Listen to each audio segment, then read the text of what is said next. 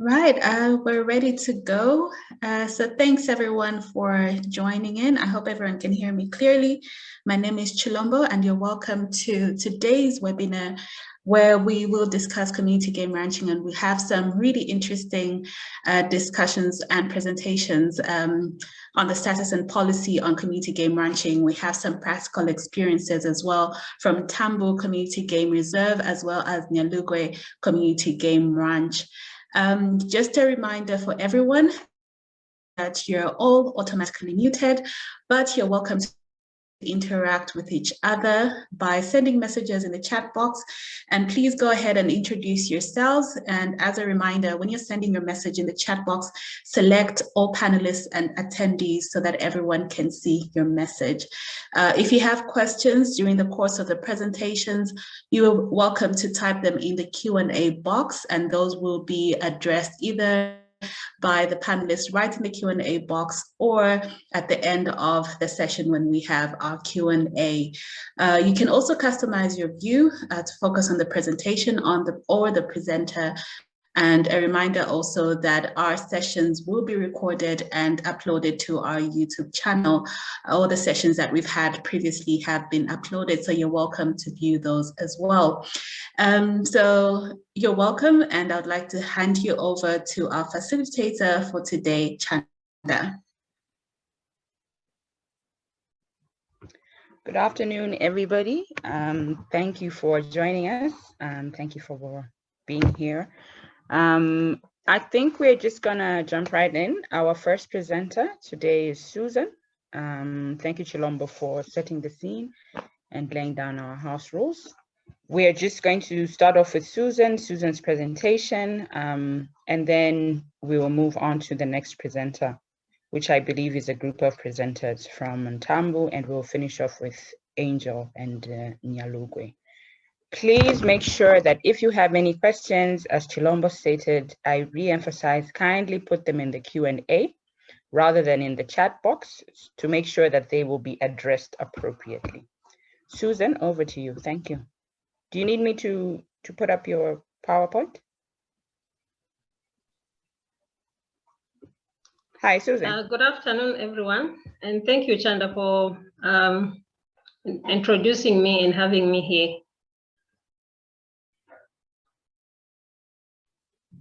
Sure. Shall I share your presentation, Susan, or do you have it on that end? I have it. Let me try if I can. I can share it. Sure.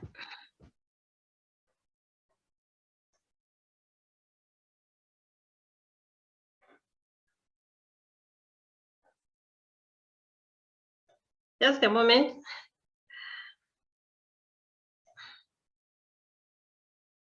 Hi, Chanda.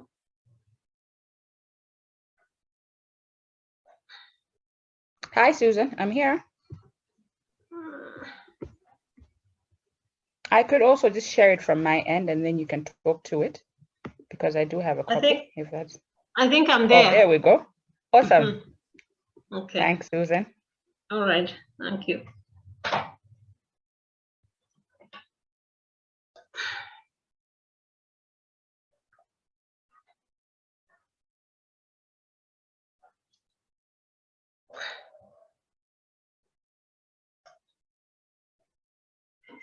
Okay, thank you very much. Good afternoon, everyone, and good afternoon to all the listeners. I meant the panelists and all the listeners. Okay, my name's Susan Siamundele. I'm a Senior Conservation Officer at the Department of National Parks and Wildlife. Unfortunately, today, my voice is not very, very well. I've had flu for the past 2 days. Am I clear? Yes, we can hear you, Susan. Thank you. Okay. So today we are going to look at community game ranches. I will take you through on the policy in the status side, but I will preferred to to put the title of the presentation as Community Game Ranches, a strategy to improve community livelihood, create value chains, and strengthen wildlife conservation. So a brief introduction to this community game ranching. I must say that previously we used to have, or we already have a component where we work with communities in terms of managing wildlife. But for this community game ranching, it's supported by the legislation that we have. But in 2018, I would say there was a meeting that was held at State House, a cluster meeting for ministers, where it was identified as a key tourism investment program. So from that meeting, Ministry of Tourism and Arts, through the Department of National Parks and Wildlife, were assigned. There was a presidential directive that was given to National Parks and Wildlife to promote and facilitate the establishment of community game ranches in some chiefdoms. So then it brings us to the background. The background, like I presented last week, is that this is the concept that comes from the private wildlife estate. I mentioned that this was a shift from the exclusive to a more inclusive type of wildlife management. Exclusive is where the state was purely managing wildlife, just like the delegated mandate from the Office of the President on wildlife management. The second one was the second point that is in the background was to allow wildlife ownership and user rights to others, like into private hands. Then third one was private wildlife estates. This is just a description that they may be closed or open. I think this was also mentioned last week, and the purposes can be ornamental or commercial purposes. Now we come to our focus for today, which is community game ranch. In this presidential directive, this was a strategy to improve the community livelihood and strengthen wildlife conservation. I will briefly give a background to this. For us, for this presidential directive to have come, it was because of the numerous reports that we had given over the what was described as the over requests of animals for traditional ceremonies, state functions, and others. Those are the animals that were given, like on what we call capture permits, or on what we used to call special license, where the minister would do give animals to traditional ceremonies for their celebrations. So it was over time, it was becoming unsustainable, or the numbers that were requested were high. Then putting pressure on our game management areas. So that's the background to it. That's how it was just identified that why don't we encourage communities to have their own community game ranches, where when they have the traditional ceremonies, they can just go straight and harvest from them without coming to the Department of National Parks to request animals from the game management areas. So the objective of this presentation, one, is to enlighten the procedures of establishing community game ranches. Then the second one is to sensitize the benefits of establishing community game ranches, of which some of them I've already mentioned, that they don't need to come over here to come and request for the animals. The implementation plan that is originating from that presidential directive. So the implementation plan that was devised at national parks was, one, to identify and engage traditional leadership with ecological suitable areas. In here, we didn't want to force, but was just to work with the communities, let me say the chiefdoms that had the ecological suitable areas. Then the second one was DNPW was supposed to assist to conduct this ecological assessment for the identified or proposed areas in various chiefdoms. The third one was to facilitate mobilization of strategic partners or funding sources. So working with partners or just identifying potential partners for who can assist into these community game ranches. The fourth was to provide extension services and build capacity for communities. So in here, in areas where there are these community game ranches, like the one that we have in Tambo, is to provide extension services, whatever they need, be it maybe the health of animals, what they're supposed to do, like if they need to market and maybe to sell the animals, all that we're supposed to provide as the Department of National Parks with our cooperating partners. So I'll come to the requirements now. The requirement is that we are not supposed to force from our end, but we are supposed to working with the traditional leadership. After we sensitize the traditional leadership, they are supposed to formally express interest or show commitment from that traditional leadership with their communities. So that is supposed to be formally written to DNPW that they intend to establish a community game ranch. So second is the areas, though identified areas must be unsettled and productive areas.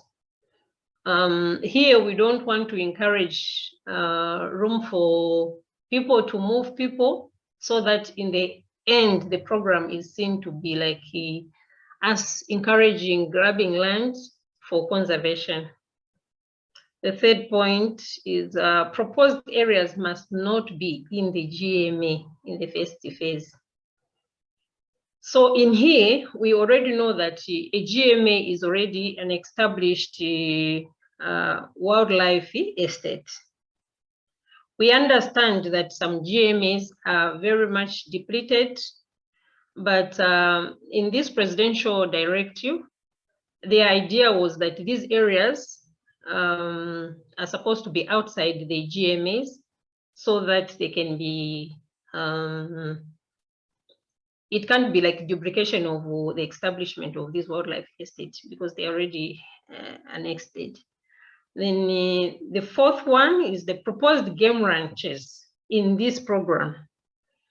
That's a presidential directive. It's supposed to be preferably, it's supposed to be fenced for maximum user rights.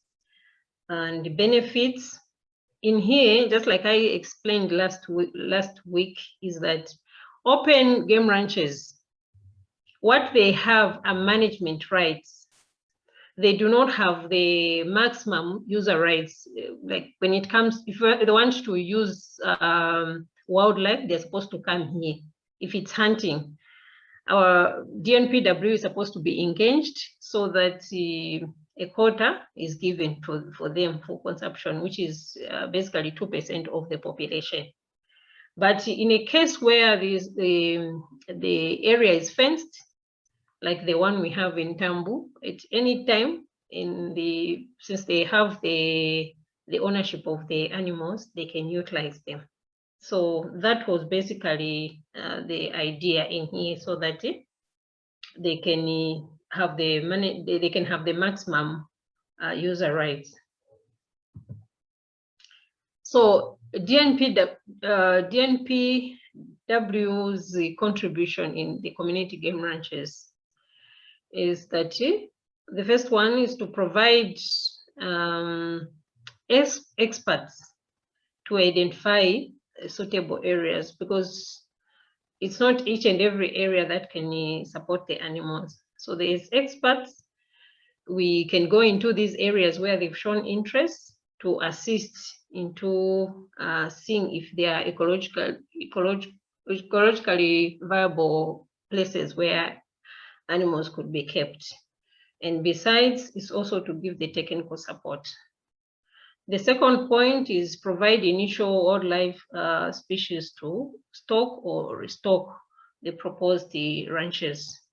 So in here, we were also asked that we're supposed to ensure that these areas, when they are established, they could be given the initial seed stock for them to restock. And where possible, if a community has got a partner that can manage to source animals elsewhere, that is also okay and recommended. Then the other point is provide extension services. Also, I think this one is, I also mentioned already there, to ensure that all these expertise, starting from vets, maybe if animals require to be checked on their health, DNPW is supposed to come and provide this.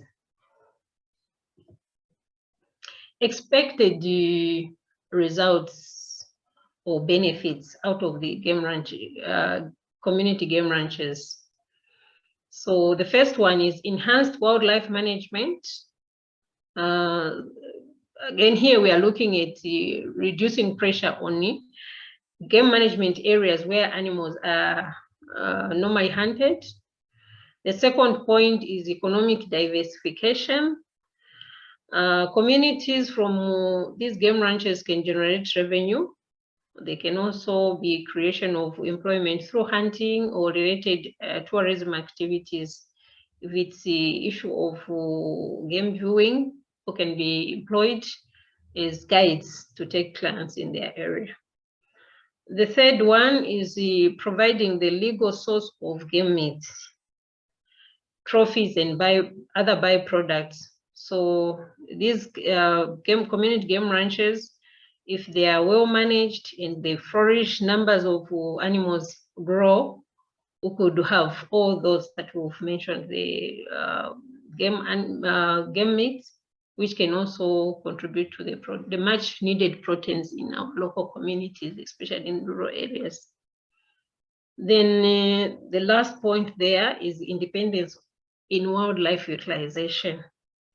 Like I said, there are normally a lot of requests that come from our traditional leadership of requests for animals for traditional ceremonies, be it the trophies for those that use them for their traditional dances, and the actual meat that is consumed during the traditional ceremonies. So then I come to the conclusion, where I stress that community game ranches has the potential to enhance community livelihoods. It all starts from employment, and even the meat itself that is consumed. Then also create value chains and strengthen wildlife conservation. I think this is where I end.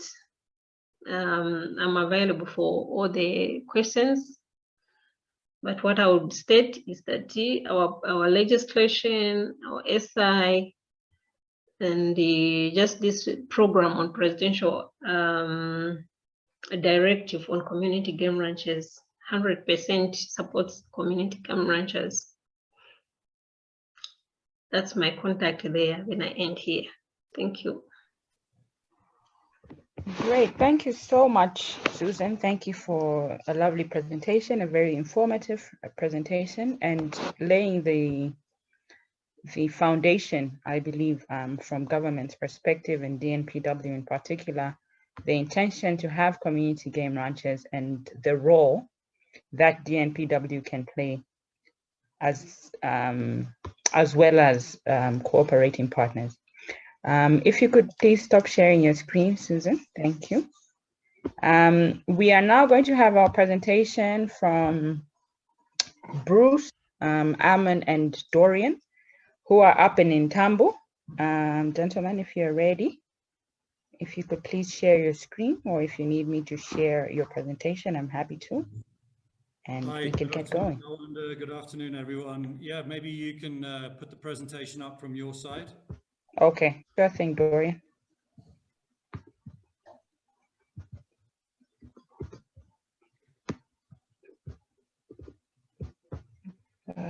Just give me a minute.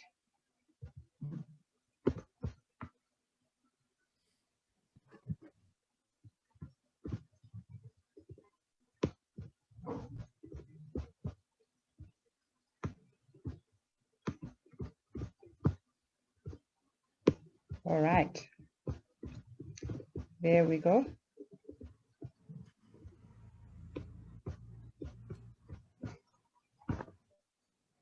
Over to you. Thanks very much. Firstly, sorry, Chanda, I think I called you Tawanda because I'm also dealing with Tawanda in other issues of Wildlife Producers Association. Good afternoon, everyone. My name is Dorian Tilbury from the West Lunga Conservation Project. I'm joined by Dr. Bruce Ellender from WWF and Amon Mwakama, who's a member of the Intambo Community Game Reserve Committee. I'm just going to give you a brief introduction and history of how the Intambo Community Game Reserve came about, and then I'm going to hand over to Amon and Bruce to just chat a little bit more about the challenges and the successes and where we are right now. So do I control the slides or do you? I do. Okay, you can go to the next slide. Okay. So the West Lunga Conservation Project is primarily funded through Kalumbila Minerals Limited and Kansanshi Mining from Kalumbila and Solwezi. In 2014, we began a support program to DNPW and surrounding communities to provide technical, financial, and managerial support for the West Lunga ecosystem. In the north of the West Lunga ecosystem is the Chibwika Intambo Game Management Area and the Intambo Chiefdom. Chief Intambo is one of the chiefs that we have been working very closely with on a number of different livelihood interventions, and the discussion around community game ranching had come up in the past between ourselves and Chief Intambo, and he had always expressed an interest to develop a community game ranch, and he had also said that he had land that he could put to it. And in around 2018, the director of First Quantum, country director of First Quantum Minerals, approached us and said that they had too many animals on the game ranches that they have on both of their mine sites, and could we suggest where we could perhaps move some of these animals to. So having the community and the chief on one side requesting for a game ranch and having a donor on the other side requesting for somewhere to place their animals, it seemed logical to us to put these two entities together. So we did that, and we got funding for fencing and also a commitment to provide animals, and then a commitment from the Intambo Royal Establishment to provide an area of roughly 900 hectares as a pilot program for a game ranch. So this was around about the same time as Susan said that there was a directive from State House, and a strong push from government to establish community game ranches. So these all meshed quite well at the time. And we got an ecological assessment done by DMPW in a very good space of time. And then we also got the relevant authority from government to come through quite quickly. In 2019 and 2020, we fenced the game reserve. It's about 8.5 kilometers of fencing on one side, and then the Kabompo River that forms the boundary on the other side. And then last year in 2020, the fencing was completed. Wildlife monitors were trained and put into place. And we had a ceremonial opening and put in a few impala, and then subsequently put in some bushbuck, reedbuck, common duiker, and puku. This year, there is a further commitment from Kansanshi to provide an additional anywhere from 120 to 150 animals, predominantly from small antelope species, but also included our waterbuck, hartebeest, eland, and down the line, sable. We seem to have lost the presentation. Just share your one. I think Chanda dropped off again. Hi, Dorian. My network has died. Okay. I've got mine here.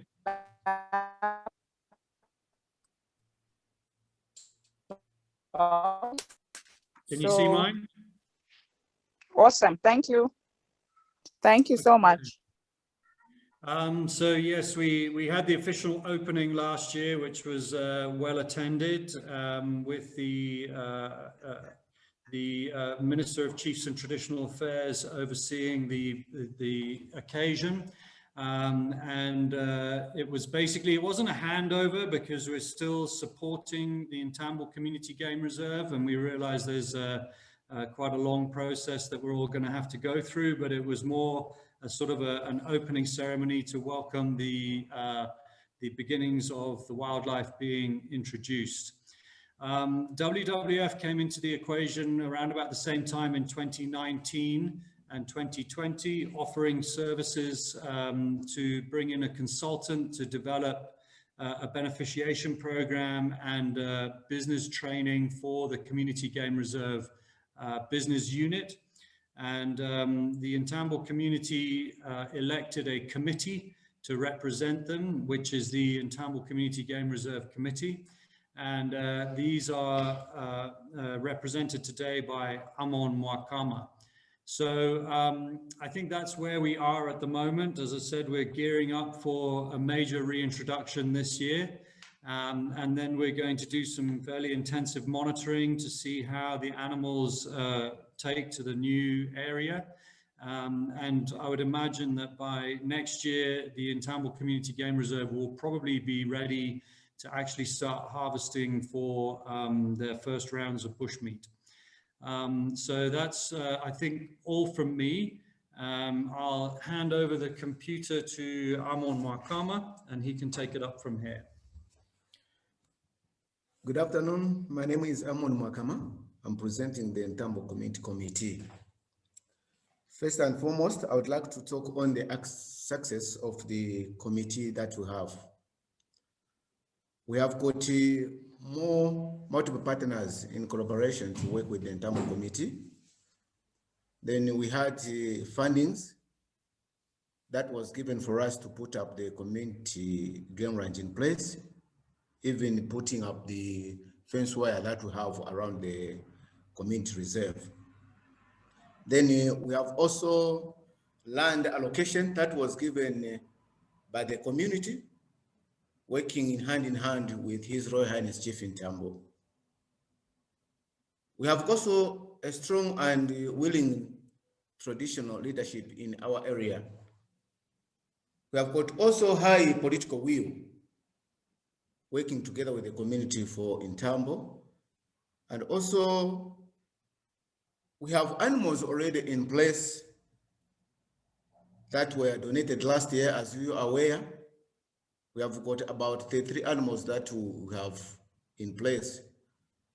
First, we had received 11 impalas, of which one died. We remained with 10. That 10, they gave 4 calves, that makes to 14. And then we received about 10 bush bucks. Already they had given 1 young one, that makes to 11. We had received 5 pukus, of which we haven't yet recorded of the young ones.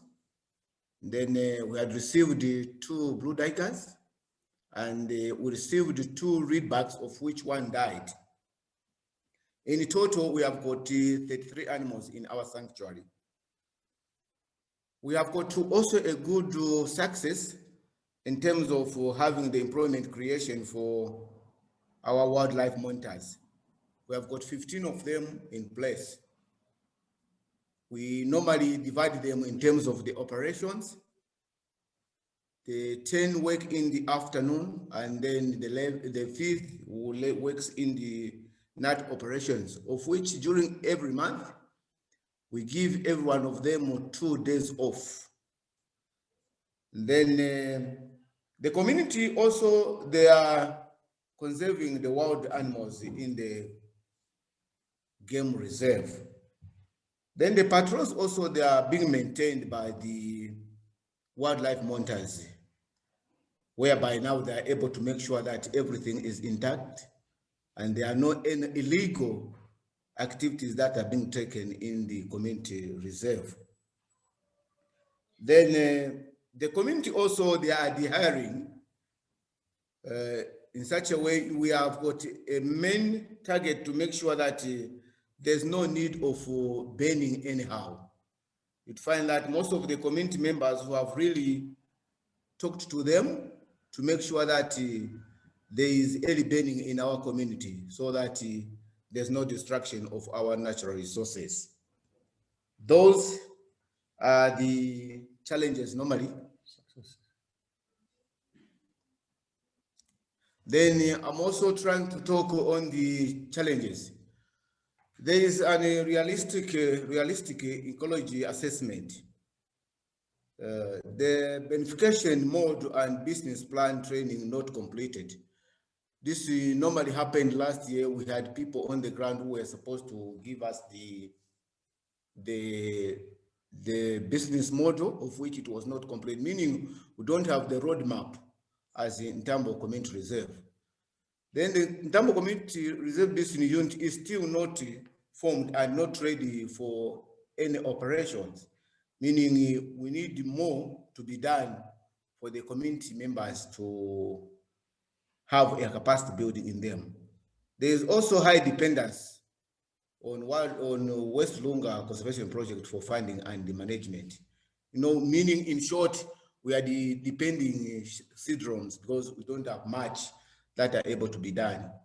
And then there's the formulation within the community reserve business and field vision on the future sustainability of the community game reserve.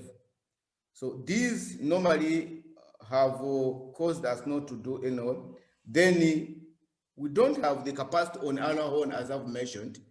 You'd find that since we are the depending syndrome, most of the things we don't have them on plate. So this cannot make us to go a far way because we don't have much to be done. And as you know, we still have a big role to play as a committee to make sure that the people in the community, they change their mindset. It takes time for the people to change their mindset in such a way that they're able to adhere to what they're able to be doing as committee members in terms of doing the conservation. So these are the most challenges that we have as the Intambo committee. And then the learned, the lesson that we have learned, we have made sure that the community, they're able to interact with the wild animals, because at first the animals, they were not able to interact because that was not in them. But this time it's a lesson that we have learned as a committee. And then we have seen that as a committee, we are able to interact with most of the people who are coming to our place, because when you receive more people, we are able also to learn more, because as committee, this is also giving courage for us to make sure that this thing, it will help us to sustain as time goes on. Then we need to also, I remember last year, we had gone to Western Province where we had seen the importance of conserving the wildlife. This also has encouraged us as a committee to make sure that we are there to work hand in hand to make sure that we have got something like the income generating activities in our community, so that it will make us to grow more as we go about our community reserve in Tambo. So these are the main things that as in Tambo committee we are doing. And then the other challenge also, the committee members, they are not committed. You know, when there's no commitment in such a way, you'd find that most of the things, they are not done effectively. So meaning we need more of the capacity building on the committee members to make sure that we sharpen up and make the progress to work as committee in our area. Thank you, Amon. I'm going to hand over to Dr. Bruce Ellender now from WWF. Thanks very much. I think just to quickly summarize there, I think, you know, looking at the major successes that we've had and some of the challenges we've faced, just some advice to, you know, those entities, communities, donors that are looking at getting into community game ranching. I think the first thing is subsidy timelines. And what we've really realized that it's going to take a very long time for the community game ranch to become sustainable. I think that it's really important from the outset to consider economies of scale. You know, you need a really large area and a really large, you know, or relatively large business enterprise to inject enough sort of funding into the community to make it really attractive for them to go into a community game ranch and to set that land aside. I think we have to have incredibly realistic expectations. And I think that these all need to be aligned between cooperating partners, business units, the communities and the royal establishment.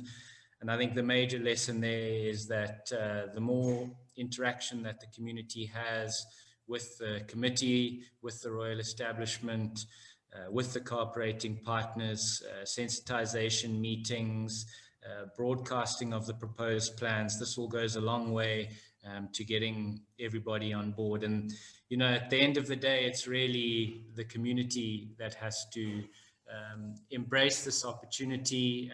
And if they do that, it can become a success. So I think community support, community support, community support. Thank you. So if I could just add one more bit of information, Chanda, that your listeners might find useful. Just in terms of the investment that it actually took to get to where Ntambo is right now. Putting up the fence took several months because we used community labor to do that, and we provided training and all the resources. That cost about $62,000. And then the ongoing support and the movement of animals and the value of the initial animals that were brought in was something in the region of about another $30,000 to $35,000. So we were up to about $100,000 already. And then the game capture and movement this year is going to cost in excess of $40,000 before we even take into account the value of the actual wildlife that's going to be stocked. So it is quite a sizable investment, and you know, it is something that that requires a long-term commitment and a serious funding commitment. So that's where we are, and that's at the point that we're at right now. So I'm going to stop sharing my screen and go back to you. Awesome. Thank you. Thank you, gentlemen, for sharing your experience. Thank you for sharing Ntambo's experience. I think there's a lot of invaluable lessons there. And it's important for us to look at community game ranching from a holistic perspective, what it takes, what is required, and then also learning what lessons can be applied going forward. We are going to have our third and final presentation for the webinar today, which is coming from Angel, who's going to speak about Nyalugwe and the plans there for a community game ranch. After that, we will then go into our Q&A session, where we'll first address the questions that are in the Q&A chat box, and then we'll open it up if need be. So Angel, over to you. Thank you. Thank you, Shanda, and afternoon, everyone. Let me just try to share my screen.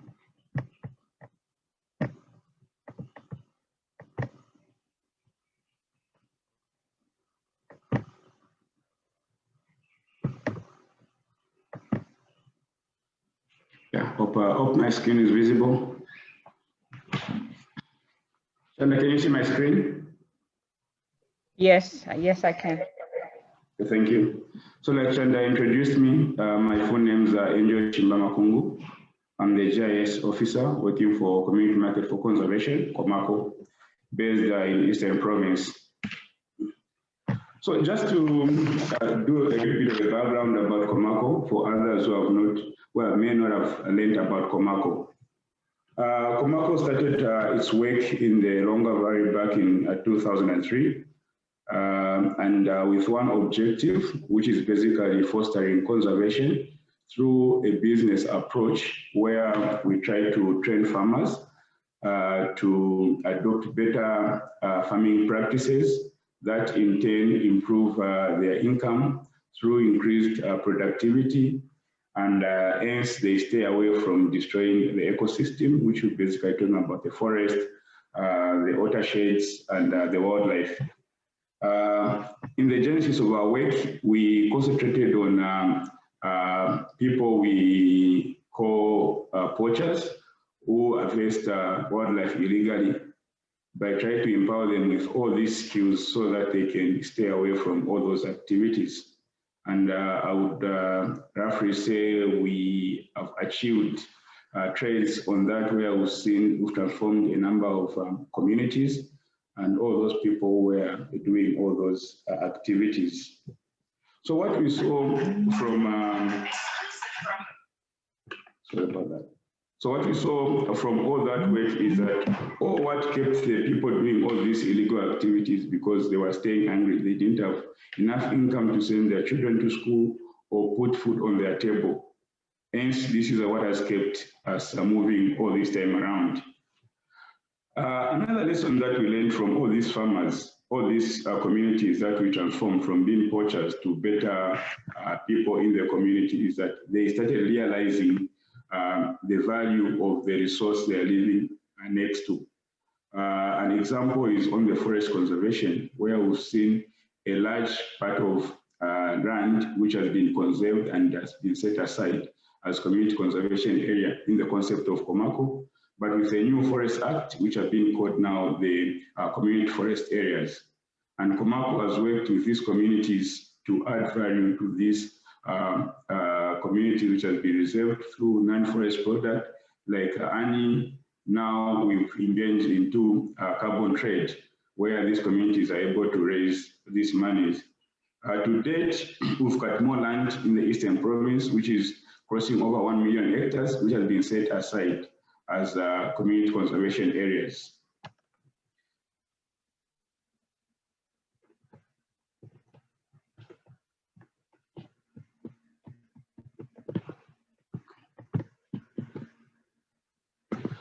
This set as a reason to why we engage into community game ranch.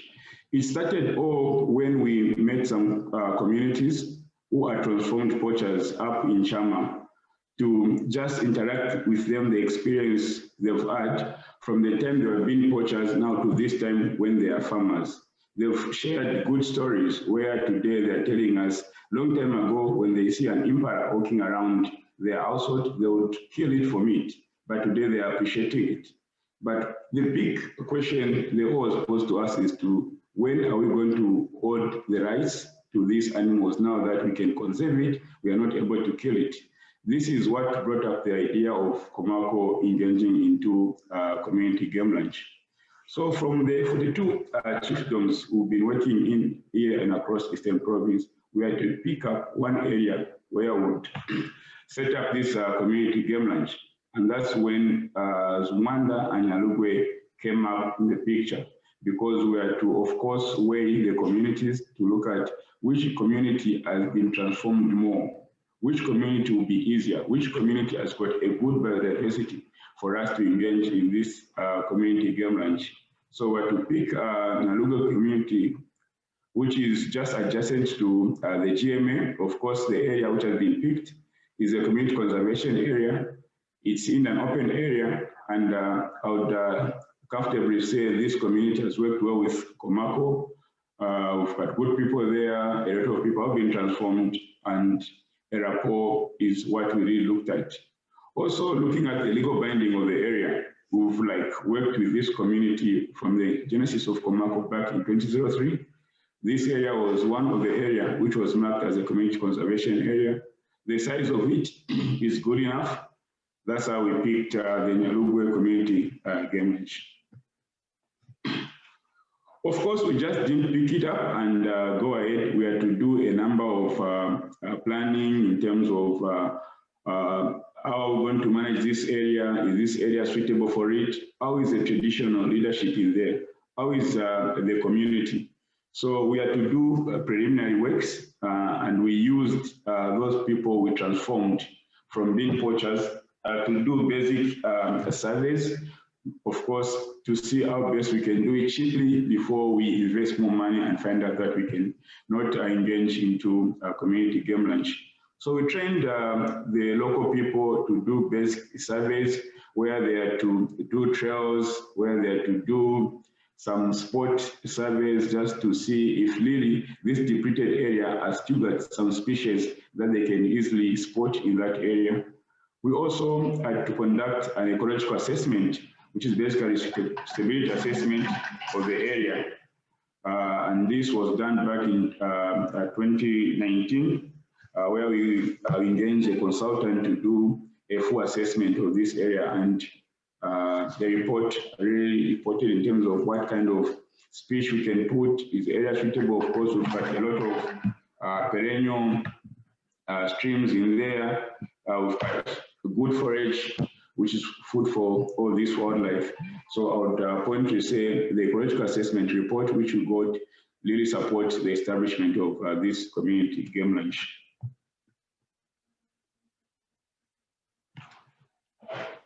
Now that Komako had all these results, and we are fully comfortable that the area is suitable for community game ranch, it was a time now, we thought now it's time to share this vision with these communities, because from the beginning, the community wanted this. So how do we share this vision to say your area truly is suitable and can house wildlife, which can also contribute to the increased household income that you are getting? Because if you look at the Nyalugwe landscape, much of the area which is on the side of the road is mountainous.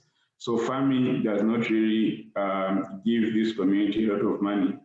Over time, Komako has struggled to look at what kind of value chain can we establish through forest. We've tried mushroom drying, we've tried mangoes, we've tried honey production. Then we are trying now the carbon trading, and truly the community game ranch is another avenue which truly can respond to the pride of these communities, because definitely, like Susan said, it will bring about a lot of things which will not just stop from wildlife hunting, but tourism and these others. So it was easier for us now to hold public meetings with the communities to share this vision, the benefits that they will be able to get, and lead them to think through and see if truly this interest is what they are looking at. The good thing is that Nyalugwe, if you look, basically Nimba has got over 8 private ranches that are owned by different investors. And when you look at the revenue that goes back to the community, it's minimal. So it was easier to share this vision for the community to see that truly if the community are the one owning this, they're going to have a greater value, which will be returned into these communities. So after holding all those stakeholders meeting, public meeting, traditional leaders meeting, we had to leave the community to think through, and later we had all those letter of intent, which was written by the chief and the community that has been established to manage this area. I would point out here that in the beginning, because Komako from inception has been working with the cooperatives which we established in all these various chiefdoms, then after the 2015 Forest Act, we had to establish a community forest management group, and these two groups work together. So when we were thinking of engaging into community game lunch, we had to use these two community institutions to apply to the director for an intent to engage into community game lunch. And these letters were written to the director. And the good thing is that the director responded with a guidance to say, this is a very good idea and this is what the president is looking at. But the good thing is, let these all two groups be able to work with the cooperative, which is an Nyaruga cooperative, in managing this community game lunch. After we had all that approval from the director, we had to elect a poster, which the chief had to unveil, as you can see in that picture, which is just on the other side. Well, so engaging in community game lunch or in any other ventures is one thing, but there is another aspect which goes with how does these different entities collaborate together? How do you manage expectation among these groups? Because if we look at the same area that we're trying to talk about, it's an area where we're trying to do wildlife recovery with an option of restocking, because we've got other funds that we've raised to do restocking in that area. So we had to look at the pressure that was, of course, coming from the communities, different stakeholders and other people's interests to come up with some concrete vision, objectives, roles, responsibilities in how each and every party would take a role in this community game lunch. I would say it has taken us over 6 months or more to agree with different stakeholders so that each and every party takes part in this community game lunch, but also avoid future conflicts. So we have a number of meetings among different stakeholders. As we stand, we are advanced favor where we've now gone into a development of a memorandum of understanding, which has gotten another steps into an agreement, a legal agreement, which we have been assisted by a legal department to see how best all parties which will be brought in this picture will benefit from this area. We are anticipating that upon completing this agreement, which will be sometimes at the end of July, there will be a public meeting which will validate this agreement, later the signing of the agreement at the palace, then everything now will set going. And the big thing for Komako and the big thing for all the stakeholders is we're trying to see how best we can use this lunch, sustain this lunch, not only from safari hunting, but from different revenues of sourcing, which are being brought by the different groups. Like I mentioned, we've got one group, which is a community forest management group, managing the same area, which is being established as a community game lunch, and it's engaging in the carbon trade. We are anticipating that if this group is working with the cooperative and the CRIB, revenues drawn from the carbon credit can be used again in the same area, because if you look at what you're trying to look at is how best can we manage the biodiversity of this area which has been established as a community game lunch. We've got contacts with different donors, volunteers who are coming up to come and help this community trend in different activities. Some of them are some who are coming through to come and help this community engage in value addition through bamboos, making of tables, making of sofas and all those, just try to see how best we can bring in different sources of revenue to manage this area.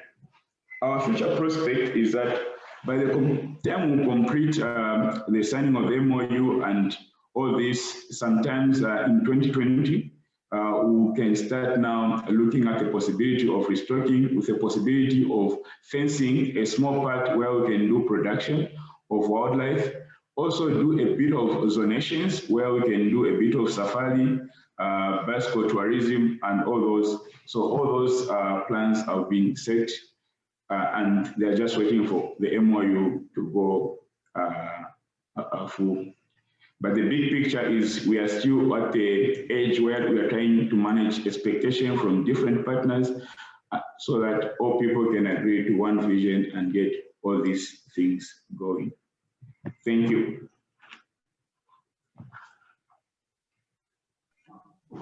Thanks, Angel. Thank you very much for that presentation.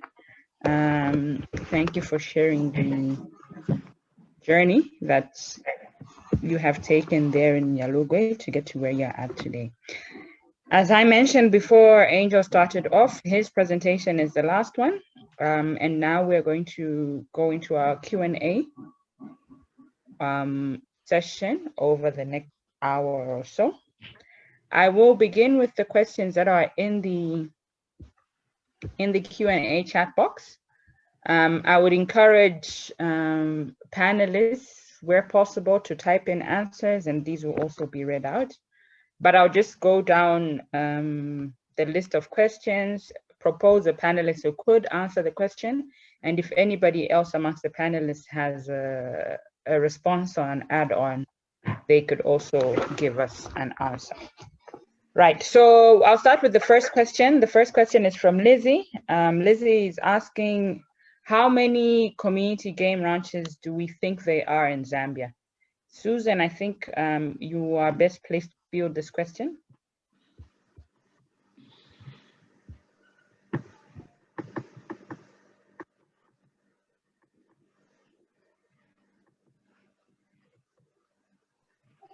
Hi, Susan. Is Susan still with us?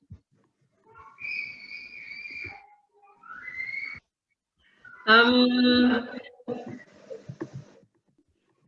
was trying to check in my records. Sure. The active ones, because there are others that are on paper, but they are not operating. So the active ones, I should, okay, let me come back to you in a moment. Okay, sure. We'll get back to that one. Susan is just going through her records. I'm sure she'll have a number for us in the next couple of minutes. So the next question on my end is from Sandra. Or it was Matt and then Sandra. Anyway, the question is, why are community game ranches only allowed in open areas? Wouldn't it make more sense to promote these within GMAs outside of the conservation areas? Communities would then decide to keep habitats rather than convert to charcoal or agriculture. I think that's another question for Susan, but Susan is looking through her records. So we'll put a beat on that one. And we'll get back to it when Susan comes on to answer the number of game ranches. The next question is from Rolf of Grassroots Trust. Rolf states that he knows that they have introduced herbivores in a fenced area. This is in Tambu that he's talking about, I believe. The animals will be sedentary without predators to keep them moving, and vegetation will almost certainly begin to degrade, dragging down the health of the whole ecosystem in time. Sedentary and / continuous impact will also lead to buildup of disease and pests. How do you intend on managing this? I think this is a great question. Thank you, Rolf. Dr. Ellender, Thanks. Do you have any response for that? Thank you. Yeah, I do. Thanks, Rolf, and thanks for the question. I think it's a really good question given the fenced area and the small size of the ranch. I think first, the first answer is that, you know, the carrying capacities have been calculated for the different vegetation types, and the stocking units developed according to that. And I think we are going to be sticking to relatively conservative stocking densities. I think secondly, the area consists of a habitat mosaic. I think that changes quite seasonally. We've got seasonally flooded grasslands. We've got some small patches of mavunda and some miombo. And so the animals are going to be shifting around and using the different areas according to what's available, what's not inundated, and according to, you know, what's palatable at different times of the year. And I think in that movement that's driven by the seasonal availability of the resources in those different habitats, you know, as the animals move, you know, they are, of course, kicking up the soil, digging the dung into the ground, and then promoting productivity of the area. I think the next point is that we're also going to be experiencing periodic fluctuations in the number of wildlife there according to harvesting protocols. And so, you know, you'll get some times when carrying capacity will be higher and some periods where the carrying capacity will be lower, which will mitigate some of those issues. And then lastly, I think the plan is over time to increase the size of the area, because I think, as we said, it's a pilot that, you know, for it really to become sustainable in the long term, we need larger tracts of land. And so, yeah, that's my last response to that. Great, thanks. Thank you, Bruce. Whilst we still have you there, there's a question from Patricia, and her question was, are there any ways that costs of community game ranching can be reduced? So I believe these are costs related to setup and so on. Yeah, I think maybe between myself and Dorian, we can answer this one. I think in this instance, we have tried to reduce costs by involving the community in helping out with the fencing. Some of the materials have been donated from the mine. And then there's also a bunch of hidden costs actually that, you know, we haven't reflected in our estimate of what it's cost to date. So actually, the estimate that you see there of approximately 250,000 US to date is probably quite conservative. And so, yeah, I can't realistically see, you know, that it can be done a lot cheaper than that, you know. Yeah, I don't know if Dorian has anything additional to add, but I think we've tried to make it as cheap as possible. I think where it comes to the actual physical boundaries, we've got about 15 kilometers of boundary, which is the Kabompo River. And so we try to reduce costs by using the river as a boundary so that you don't have to fence it. So if you have existing features that you can use that can reduce the cost of fencing, then that can help bring it down. I think the way that you do your fencing can also possibly be looked at, and, you know, you may be able to get away with slightly cheaper fencing than what we've done. And it also depends on how far you are from suppliers of resources. And Tambo's quite a remote location, so everything had to be trucked in over quite large distances and on, you know, not particularly good roads. And so that brings up the cost as well. If you're in an area that's close to a supply point with good access, then transport charges are going to be reduced. So you've got to just be a little bit inventive and, you know, see where you can save money. But at the end of the day, you don't want to compromise on the security of the area and the ability to keep the animals, you know, where you want them to be. Great, thank you both. Thank you for those responses. I'm just going to ask, I see that Angel is responding or has typed up a response, but there was a question here that was asking about what Komako is going to do about human-wildlife conflict or wildlife conflict mitigation in an open area. Angel, do you have a response to that?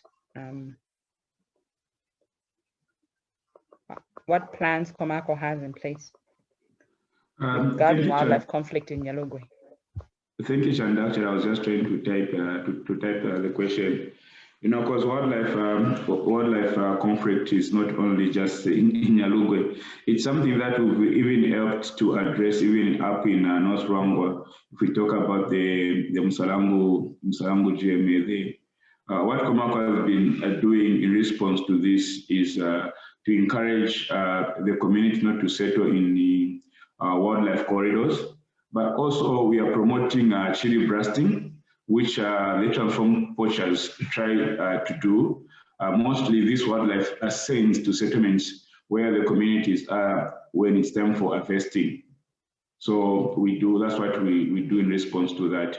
But on the case of Nyalugwe, we will do a zonation, which is being planned with national parks, where we do a zonation where communities are settled, where we're going to do the production sites and different, like where you have a safari zone, tourism zone, and all those sites. The plan has been laid down in response to that. Thank you. Great. Thank you so much, Angel. Thank you for your insights there. We also have a question here from Bernard Kangwa. Isn't it expensive and costs a lot to fence big wildlife, such as elephants? His question is it reasonable to fence all wildlife? I think this is one that's open to the panelists. Anyone can field this one. Maybe somebody we haven't heard from in a while. Susan, do we have you back?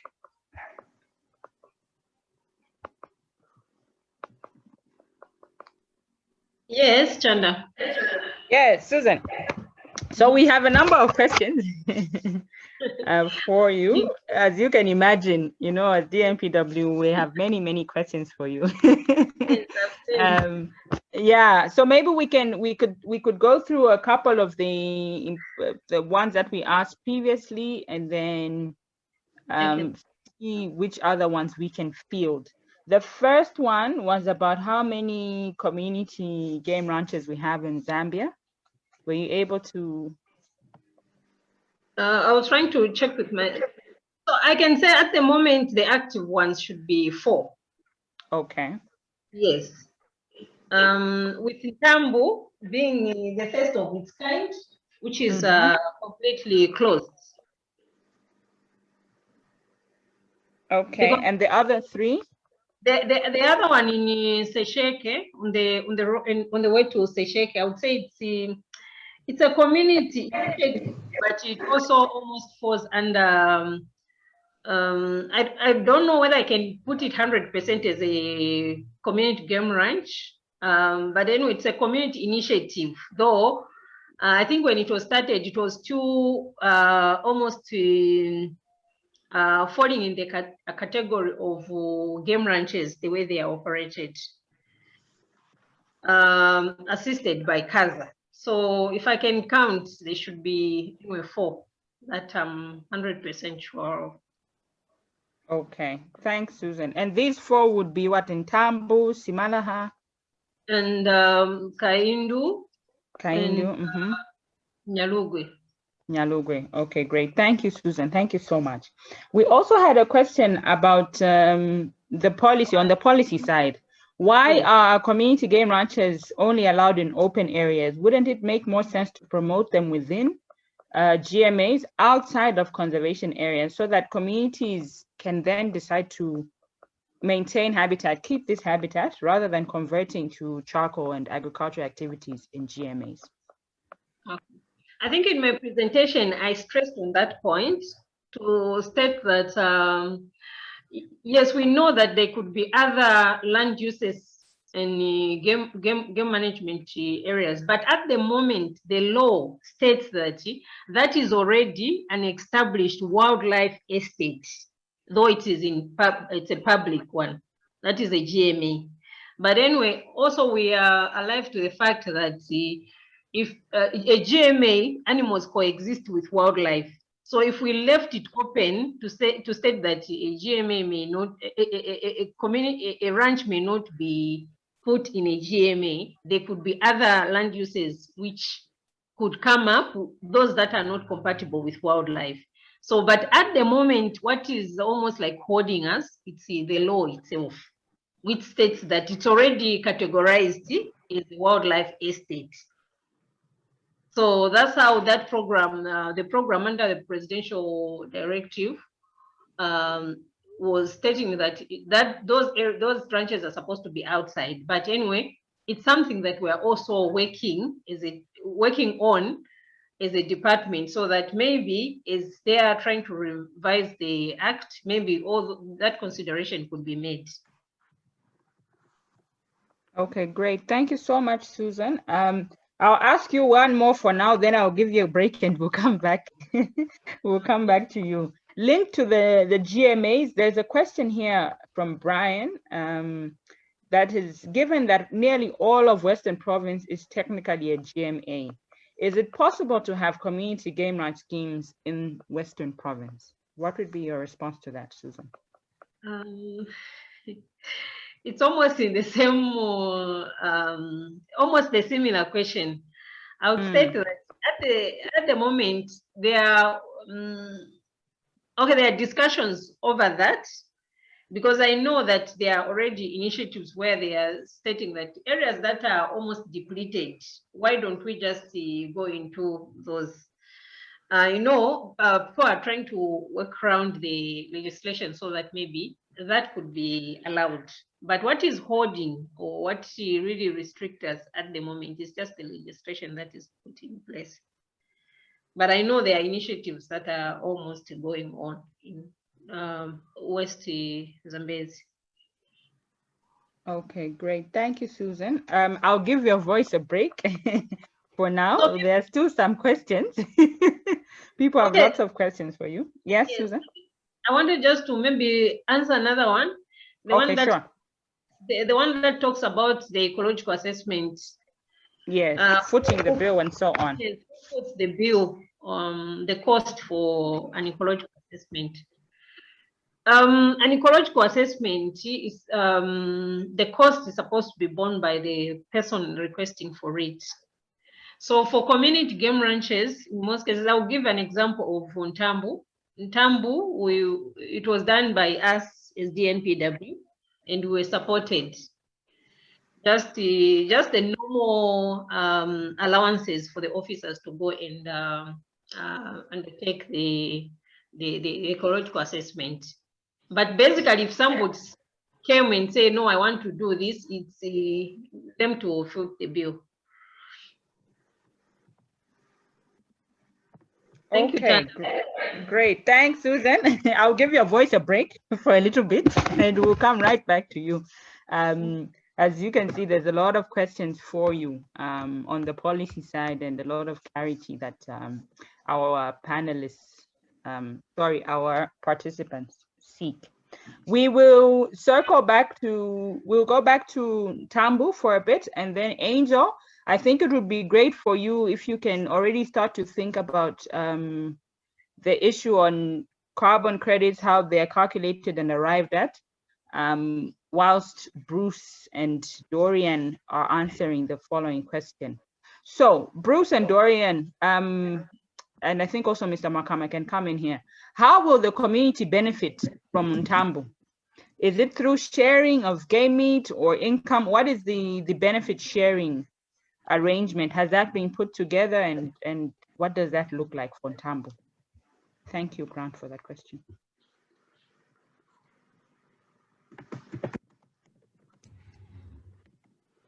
I think you should repeat. You can repeat your sentence, Madam Chanda. The question, Mr. Makama, the question is, how will the community benefit from Ntambu? Is it through sharing of game meat? Will there be income that will also be given to the community? What will community benefits look like in Ntambu? I think on that one, there will be, since we are going to have the game or processing in the area, after generating the income from that one, it will trickle back in the community in such a way that if there's anything that we need to put in the community, for example, maybe we need to put up a culvert, or we need to put up a clinic, or anything that we think, because there are some other developmental that are able to be viable, not the issue of everyone to be given maybe money to be put in pocket. No, we need to make sure that things that every community member is able to benefit after we see that benefit coming from the processing of the animals in the community. Okay, thank you so much, Mr. Makama. Thank you for that clarity. Angel, we are coming back to Nyalugwe, and any responses that you might have on the issue of carbon credits, how they are calculated and arrived at. I know this is something that Komako has looked into. And then a little bit later in the Q&A, I think if we also have somebody else amongst our participants, please raise your hand, and then we would also like to hear from you if we have any carbon credit experts here with us as well today. Angel, over to you. Thank you, Chanda. I was just actually typing the response to that. So on the case of the carbon credits calculating, it depends on the methodology you adopt to follow in the implementation of your carbon project. In the case of Nyalugwe, I said the methodology adopt because you may be talking about the soil carbon, forest carbon, and anything else. But in the case of Nyalugwe, we're trying to look at avoided deforestation. So we picked a community conservation area where the communities pledge to avoid degrading the forest and deforesting the forest. So we'll look at the baseline, meaning at the start of the project, what is the forest cover, what was the deforestation rate? Then we project the deforestation if the project was not there, which is called business as usual. Then we'll do an analysis at the time of monitoring to look at what is the actual deforestation compared with the projected deforestation rate. Then the difference is what you compute as reduced deforestation. So from now, the reduced deforestation, you would know how much carbon would have been emitted if deforestation happened. Those are the performance credits paid to the communities. I don't know if it makes sense. Yes, kind of. kind of makes sense, but it also seems like quite a complicated business. I think it would be great if you can type your response as well, so people can read that and that can later be committed to memory. Nelly, Nelly Mwango, you've had your hand raised for a while. I think if you could speak, we can unmute you and hear from you if you have a comment, a question, or a concern. Thank you. Hi, good afternoon. Afternoon, Nelly. You're a bit faint. Maybe if you could speak up a little bit. Thank you. No, I think it was just a mistaken reason. But just I had a bridge.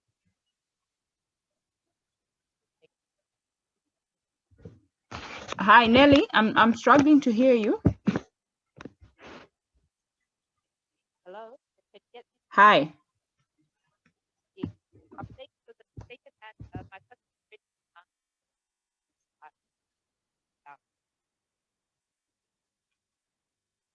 Ooh, Nelly, I think if it's possible, if you could please just type into our Q&A or in the chat box. Unfortunately, I really can barely hear you. And I'm sure that is the same for everybody else on the webinar. Sorry about that, but could you kindly type in the chat box and then we can hear back from you. Thank you.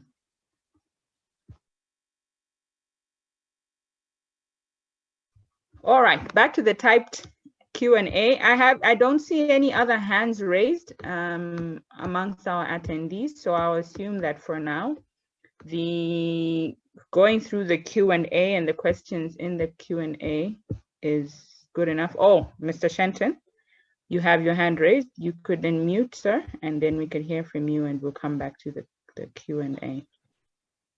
Just to break the autonomy of my voice. Thank you, Mr. Shenton. Thank you very much. Hello, everybody, and wonderful chat. I really must come back to this overgrazing thing. If you have a fenced property and you have animals, herbivores in there, every rancher has experienced this in the whole country, and you will end up finishing all the grass, and the soil will become hard and unable to accept rainfall, and that's when we get into this drought situation, drought and floods. The only way to solve this is by having predators in there. If you have predators in a fence, they'll finish all your animals. They can't migrate away. So the solution appears to be put livestock in. And I just hope that we are all considering this, because it's really fairly well-established science now that if you at least have livestock going through there and impacting the land, making sure that there's at least the main herd of animals moving, there's a chance for wildlife. But without that, you can see it all the way to Mumba. There's about 4 properties which are fenced, and they've had livestock in there, and they're completely bare now, completely bare. There is nothing that grows in there anymore. Even at the end of the rains, there's not a blade of grass. And this is what's going to happen if you fence a property and put herbivores in that can't move or have no way of moving them. To allow the grasses to rest, to the vegetation to rest and to regrow, and also to break the disease cycles. And I'm really not satisfied with the answer that I got from Bruce. I think he really needs to think about this much more. Thank you. Great, thank you, Mr. Shenton. A big advocate for holistic management. Thank you for sharing your insights as well as experience. I believe that those are well noted and they will be looked into.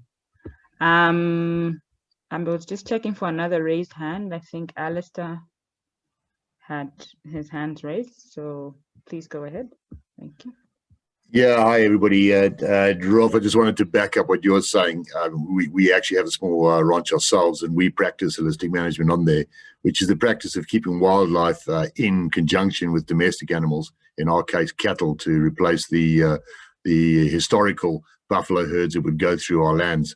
The issue is that rather than actually allowing them to free graze, you have to intensively graze them. So we'll put them into 2 hectares for a day and graze that flat, and then move on to the next one and not turn back up on that site again for another 3 months. What that does is, as Bruce says, as Rolf was saying, is it breaks up your soils. It provides you with a certain amount of fertilizer on the soil as well.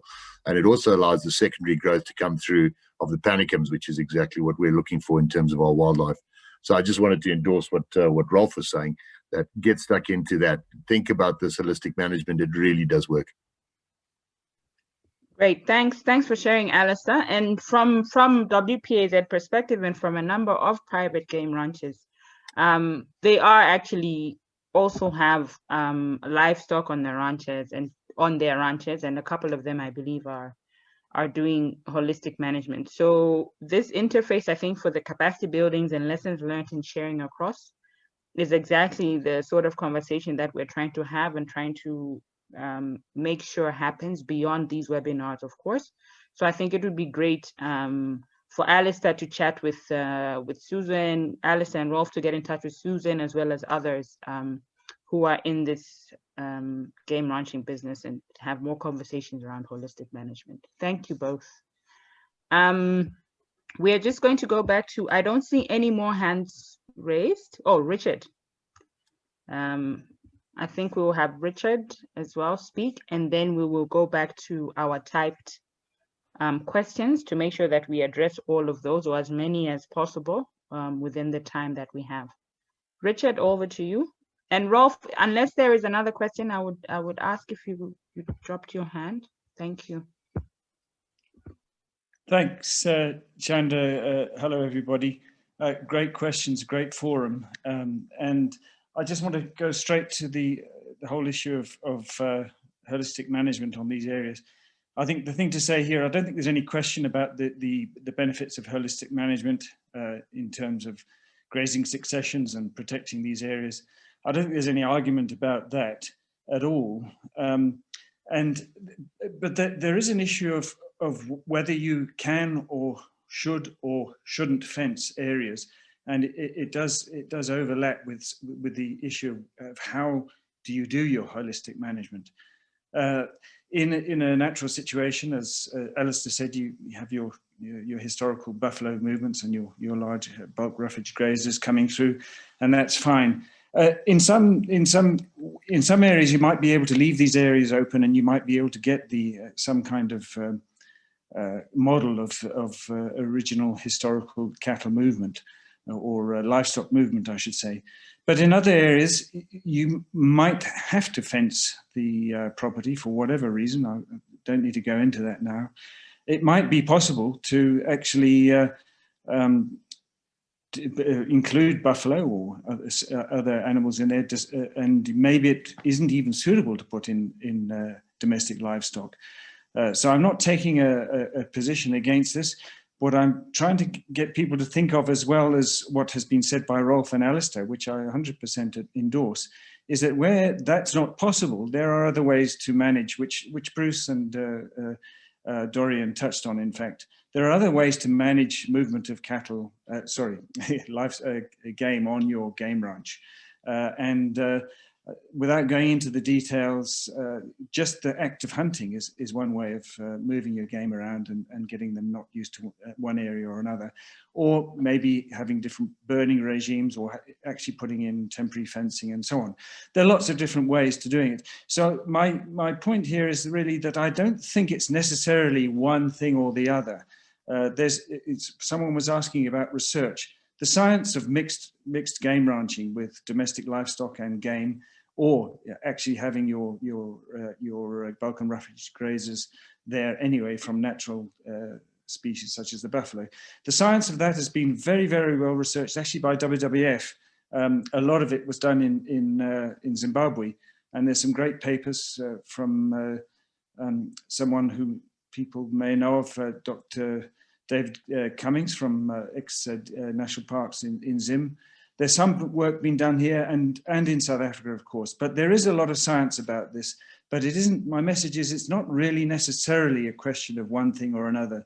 Sometimes you have to make decisions to fence or not to fence for a whole range of issues, but to get that holistic management isn't just a single thing, isn't a single solution either. You need to look at different ways and means that you can keep your game moving, so you stop the erosion, the compacting, etc. I hope I've opened that for people to think of in more depth. I don't think there's enough time to go into that in detail now, but it certainly is worth thinking about. It's not just one thing necessarily or the other. Thanks, Chandler. Thank you, Richard. Thank you so much. I'm a little bit biased with Richard, but yeah, always a well of wisdom. Thank you for those insights, Richard. So we're just going to go back to the typed Q&A to make sure that we answer as many of these questions as possible. Towards the end of our webinar, we've got about 25 or so minutes to go. I'm going to leave the last 5 to 10 minutes for our panelists to share some of their closing thoughts and remarks on the webinar. And I would like to encourage everybody to please, especially for panelists, if you can type in responses to some of the questions, that would be great, so that we can have as many questions answered as possible. So it looks like we come back to, we'll go to Bruce and then we'll come to Susan. Bruce, there's a question here from Godfrey Peary about whether or not there's been thought put into a community game ranch configuration plan for the nation. Have there been thoughts around this, looking at it from a national perspective, a configuration plan? and any thought put into it. I think this is very interesting, given that from DNPW's perspective, Susan did say there has to be willingness from the traditional leadership, but then also looking at the nation at large, where would it make sense to have these ranches? Bruce, any response from you? Yeah, thanks, Chanda. I think, yeah, it's a good question, Godfrey. And I think just like Chanda has said, you know, the whole drive for community game ranches, I think, is rather sort of envisioned to be a bottom-up process, with communities identifying areas within their chiefdoms or you know, that they would like to set aside for this. And I don't think, you know, as WWF, we see it as our role to prescribe where these things should happen. But I also, at the same time, think that it is important to look at a national level at where this may be suitable, and where WWF as an organization thinks they can get involved in promoting this. And we have a very good relationship with DNPW and with now recently wildlife producers, and we're just working on an MOU. And I think that, Chanda, maybe this is something that we should take up and think about a little bit more closely. But yeah, I think, you know, it's as I said before, you know, it can go either way, but I don't think top down is the answer for prescribing where these areas should be. Great, thanks, Bruce. Thank you for that response. We have a question here from Alistair. Have the communities thought of enhancing eco-security? Oh, I guess we've had the discussion around holistic management.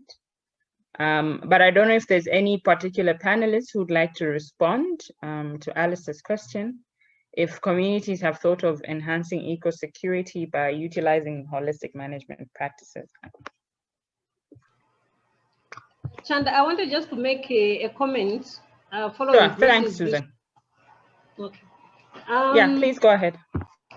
From DNPW, the time when we received that presidential directive, we worked with our GIS section unit to come up with areas that we thought were going to be viable for community game ranches. But just like I stressed, that there should be willingness from the traditional leaders themselves. Following that map that was given by GIS of possible areas where we see that, okay, these are ecological viable areas. There was like some areas that were selected, and following that, that's the one that we used to visit the individual chiefdoms that we thought they had viable ecological areas. Some other areas, when we went there, the chiefs were not willing. So they were like skeptical about it, because it was almost like coming into a category of a program for us to grab the land. I think in my presentation, I made it clear that some other people were just thinking that it was just a program meant to grab land for conservation. So that's why we, of course, for those that were, our first presentation was at House of Chiefs, so that each and every chief gets the information. But when we got to the ground, some other chiefs were not willing, others were welcoming us and showing us the areas with them. So I wanted just to make that comment there, that there should be willingness, but we also know that these are the areas that are ecologically viable for community game ranches. Thank you. Great, thank you, Susan. Whilst we have you, I think it would be great if you also responded to the 2 more questions. There's one specifically for you on how many ecological studies DNPW has done so far.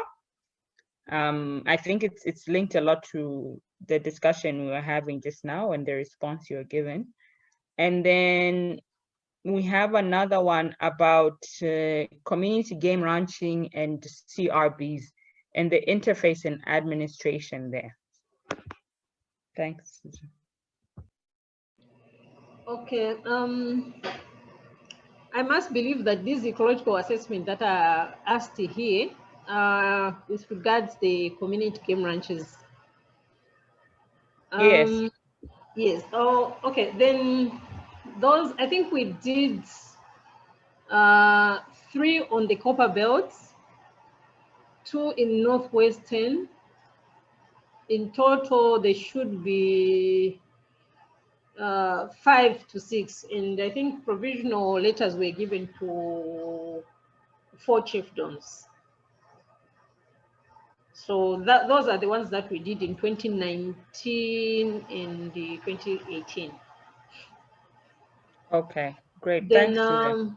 yes, then the second question was so out of the 4 community game ranches we have in Zambia, what level of administration does the CRB have? Do all the game ranches, apart from Nyalugwe, have other entities as proprietors? And then how is there synergy between the CRBs and the game ranch administration? I think we can start with you, Susan, and then it would be great to hear from Ntambo and how they've been able to navigate the space. okay. The one in the Smalaha, like I said, it was a community initiative under CASA, and in that area, I don't know if there's really, I think there's no active CRB. I stand to be corrected. And in Kaindu, there is, I think that's where we face issues there. There's a CRB in the trusts that manages this community game ranch. I think that's where we are having problems, because certain individuals, those that are under the trust, sometimes they have these conflicts with the CRB. And I think getting lessons from Kaindu going forward, we're encouraging that whatever initiative that comes in the community where there's a community resource board, they are supposed to be working under a community resource board so that they avoid the conflicts that normally arise if there are 2 structures within a place where there's a CRB. But for those that are like outside this game, because the CRBs, they're in GMEs, so those that are outside completely, they may work under each and every structure that they would want to. But as DNPW, our position is that they are supposed to work under the CRB so that we don't have these conflicts. Thank you. Great, thank you so much, Susan. Thank you for those insights and those responses.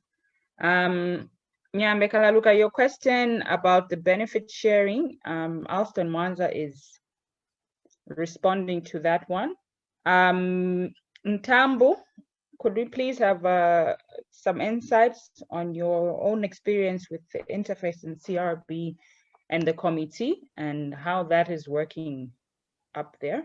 Any lessons you can share with us? Thank you, Chanda. With Ntambo, the community, I was the chairperson for Ntambo's CRB. And then meaning the community are working hand in hand with the community, the community resource board, that the CRB. So meanwhile, we had some new elections for the CRB, of which there is a new committee that has put in place. But meanwhile, we are working until when we find that there's some other resources that are able to trigger back to the committee. Thereafter, our handover. But all in all, it's like we always work hand in hand with the committee as well as the CRB in the community. There has been no any problem because we are working to make sure that we are doing the same goal to make sure that we are there to conserve the wildlife in the area. Okay, great. Thank you so much, Mr. Makama. Thank you for sharing your experience there in Ntambo. I think we are getting closer to winding down and closing off our webinar. There are two questions here from Dominic. The first one is, what are the solutions on the weak sectoral linkages that are there in terms of coordination with other sector policies that have both direct and indirect bearing on wildlife and tourism sectors? Dominic's other question is, what is the procedure on how to source wildlife from the state when a community would like to establish a game ranch or conservancy in the area where there is no wildlife? I think those are really great questions. Susan, if you could please help us with in particular the second one, and then we can go back to the first. What is the procedure on how to source wildlife from the state when a community would like to establish a ranch? Thank you, Chanda. The procedure is to write an application letter to the Director National Parks. Basically that. Thank you. So, okay, thanks, Susan. So the community, if we understand you correctly, if a community would like to source wildlife from the state, they'd simply write a letter to the director asking for specific wildlife, or is this letter just about setting up of the game ranch, and then it is assumed that the state would be able to provide some game to get them started? Okay, Chanda. Of course, the first, if they are already established, okay, I would start for a community game ranch. If they are already established or they've already expressed their interest to keep wild animals in their area, the procedure will be given in the, if they are at the time when they are ready to restock, they can still write to the Director National Parks, just like any other private wildlife estate. They can write that they want to buy these animals. And normally we have the quota. If that year there's a quota for live animals, then that will be considered in the animals sold to them. Thank you. Okay, great. Thank you so much. Thank you for that clarity, Susan. Thank you so very much. We now have about 12 minutes before we close off our webinar. We still have some really, really great and important questions that have not yet been answered. But as has been mentioned, the conversation doesn't end in the webinar. We can still take this forward through the report writing, through communications, as well as the YouTube channel where the webinar will be posted. I would like to leave the rest of the time now to hear back from our panelists. Any closing thoughts, remarks at this point, and then I'll hand over to Chilombo for any announcements that she might have. And we will try and address some of these questions that are still outstanding as best we can. So in terms of panelists, I think I'll start with Susan, ladies first. Any closing thoughts, remarks for our attendees this afternoon? Okay, thank you very much, Shanda. It's been a great time interacting. I know there are so many questions that were not maybe fully answered, but what I can request is that we can still look at them so that the others, those that I need to maybe even consult from other people around, they can be shared, then we can give the responses. Otherwise, we've enjoyed interacting with you, and we are always happy to be here. Thank you very much. Thank you, Susan. Thank you so much for taking the time and answering. You had I think you had the most questions in this webinar. Thank you so much for your patience and for your insights. Angel, any closing remarks from your end?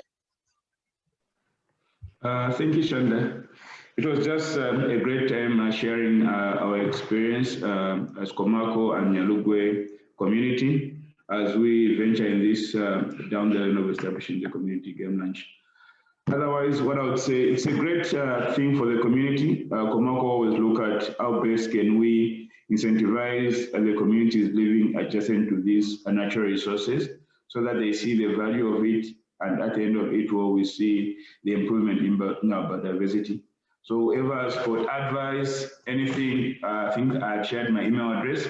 You can reach out to Komako and provide all those insights so that we can always win and help the community see the value from the natural resources. Thank you. Great, thank you. Thank you so much, Angel. Thank you for sharing your experience and knowledge as somebody who's worked in the sector for a while. Last but definitely not least, any remarks from our gentlemen in Northwestern Province, our trio there? Hi, Chanda. I'd just like to say thank you very much to you for organizing this and for everybody who had an input and the questions. We're very grateful for any advice that comes from all sides, and we're going to lean on you as WPAZ and your members for further support. I think what's important is, as we stipulated right in the beginning, this is a pilot program, and we don't sort of profess to have all the answers to all the multitude of questions and challenges that are undoubtedly going to come up from this. So, we really are going to lean quite heavily on your forum and the members and the various people that are attached to this. The whole sort of game ranching business and industry in Zambia it sort of hasn't taken off as it has in our neighboring countries. And so we're hoping that it's going to launch and become quite a significant contributor and also take the pressure off the wild areas. And I think P1 for us is to look at a mechanism that can produce legal bushmeat to meet the demand that is currently having a massive impact on the natural wildlife resource in West Lunga. And like I said, we don't really have all the answers on how to achieve that, but this seemed to be a logical first step. So thanks very much to everyone for their support and their input and for listening to us. And we will be reaching out in the future for further guidance, further support, and further input. Thank you. Great, thank you so much, Dorian. Thank you for taking the time to be with us today and sharing. Chilombo, I'll hand over to you. I'll hand back to you. Thank you, everybody. Thank you for a great discussion. It was really very engaging and a wonderful webinar. It's been an absolute pleasure and privilege for me to facilitate this with you all this afternoon. Chilombo, over to you. Thanks, Chanda. And really just to reiterate what you've said, thanks everyone for your attendance and also the panelists for your presentations and discussions as well. And a special thank you to Chanda for facilitating this so well. We look forward to more discussions. Our focus on community game ranching and private wildlife estates comes to an end today in terms of the webinar, but the discussions will continue as we go forward. We encourage everyone to please connect, get the contacts of everyone that has participated, and we look forward to advancement in these fields. A reminder that we continue with community forestry discussions tomorrow at the same time from 13 hours to 15 hours, and we're focusing on benefit sharing and enforcement tomorrow. So we have presentations from Alistair Anton on forest control and law enforcement. Maxwell Peary comes in with good benefit sharing mechanisms and if they lead to positive outcomes in CFM. And finally, we have a sharing from Martin Chongo from Chinsali on DFO perspectives. So we look forward to your participation tomorrow as well. An email will be sent out with details on how to join tomorrow's webinar. So thank you so much, and we look forward to seeing you again tomorrow. Thank you and have a good afternoon.